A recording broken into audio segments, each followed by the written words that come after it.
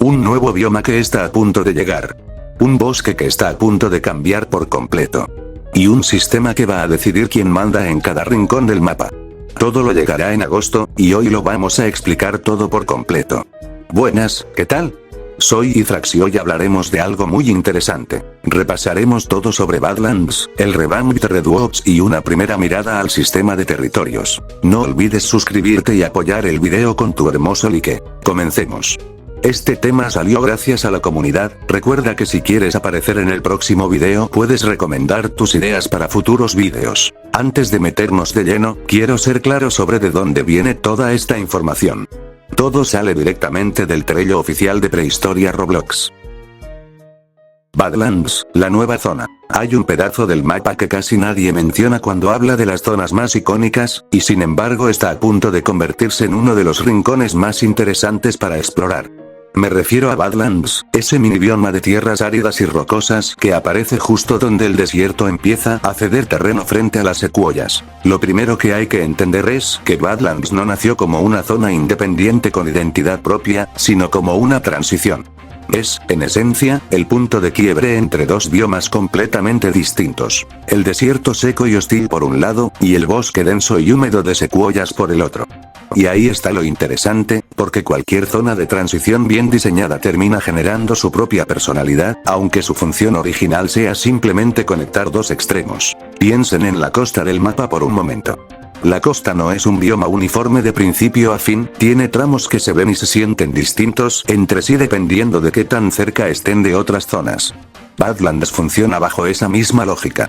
No es un bioma que compita en tamaño o en recursos con el desierto o con el bosque, es complementario, existe para que esa frontera entre ambos mundos no se sienta como un corte abrupto sino como algo orgánico. Esto tiene implicaciones directas para quienes juegan con especies que dependen de terrenos rocosos o de climas áridos moderados.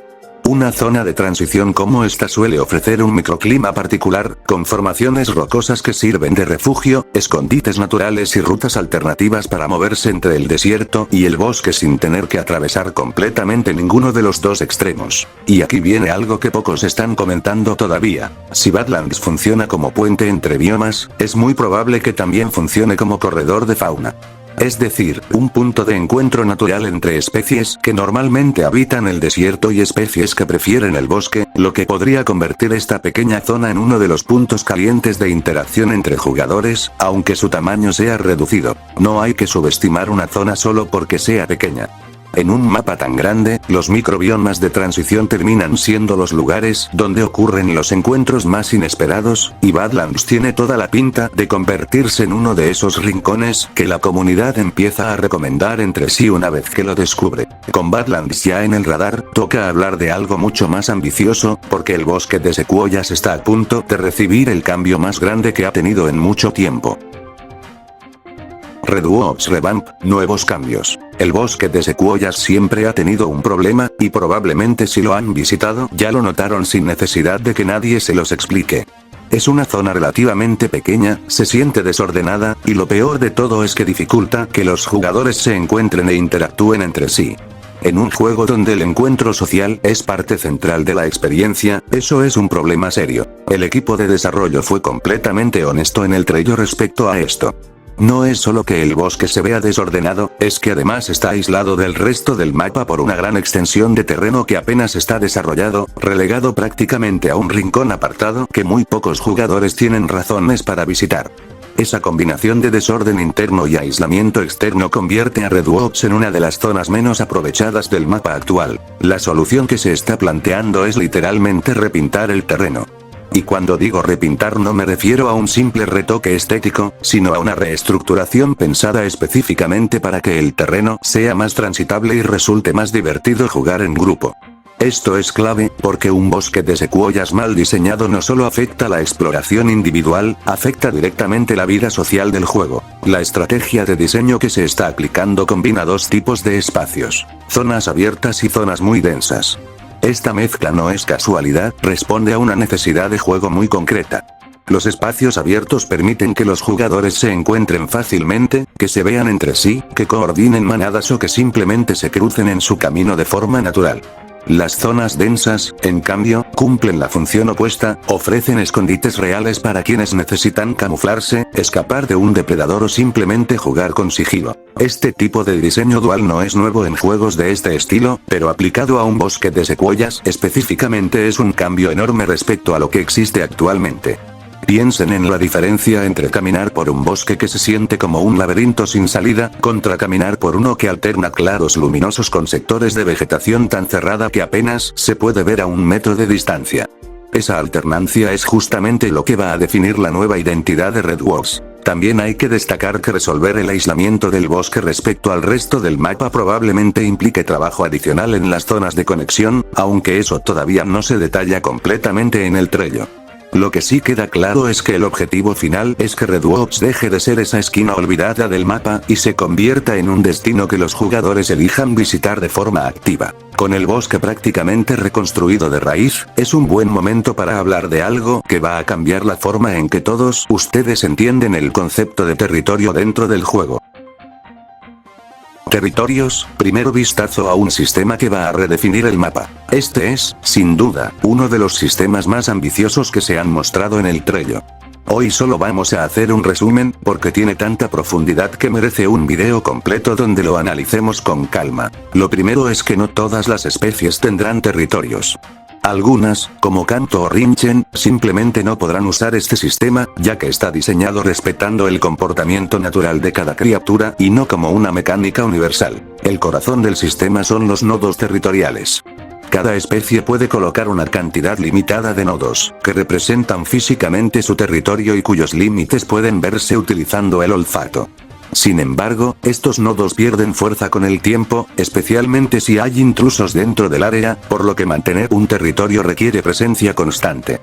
Si la fuerza llega a 0 durante demasiado tiempo, el nodo desaparece. La fuerza del territorio también depende de la manada.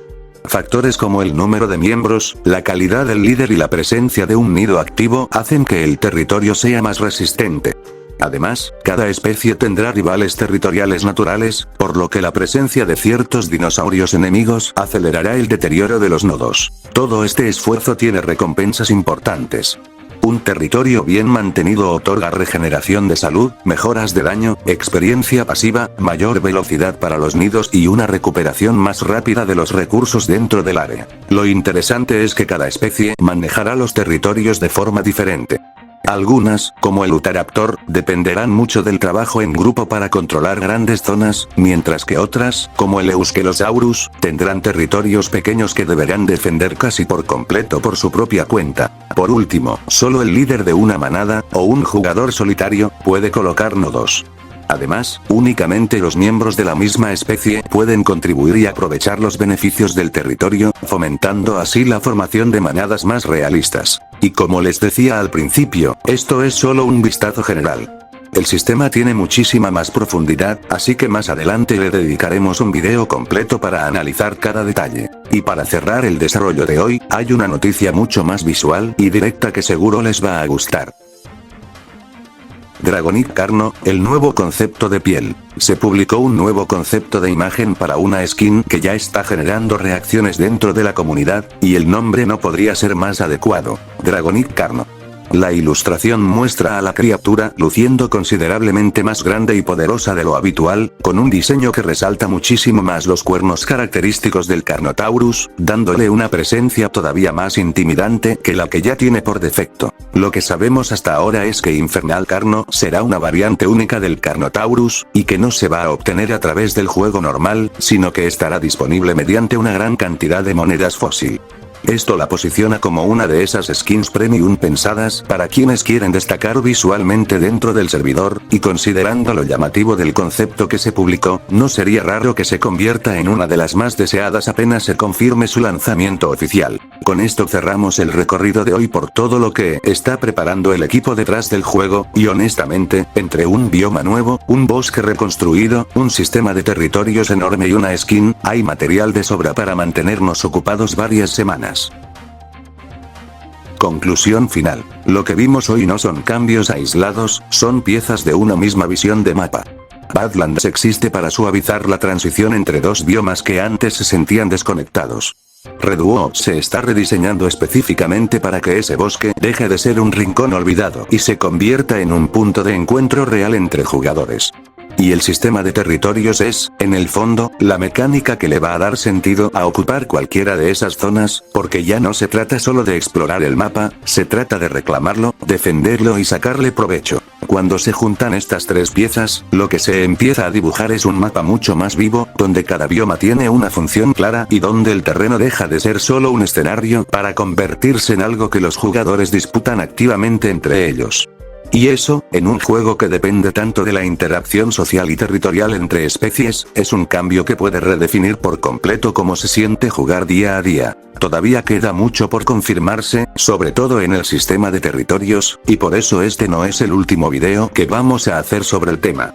Esto es solo el punto de partida. En resumen, hoy vimos qué es Badlands y por qué funciona como zona de transición, cómo se está reconstruyendo por completo el bosque de Redwoods, un primer vistazo al sistema de territorios que próximamente vamos a explicar a detalle en un video completo, y el nuevo concepto del Dragonite Carno. Ahora quiero saber qué opinas tú. ¿Cuál de estos tres cambios te emociona más, Badlands, el nuevo Redwoods o el sistema de territorios? Y con las especies que sueles jugar, ¿crees que te van a favorecer los territorios grandes de manada o los territorios pequeños e individuales? Déjamelo en los comentarios, porque leo todo. Y si se quedaron con ganas de más, les dejo por acá mis otros vídeos que les podría interesar. Nos vemos en el próximo video. Bye.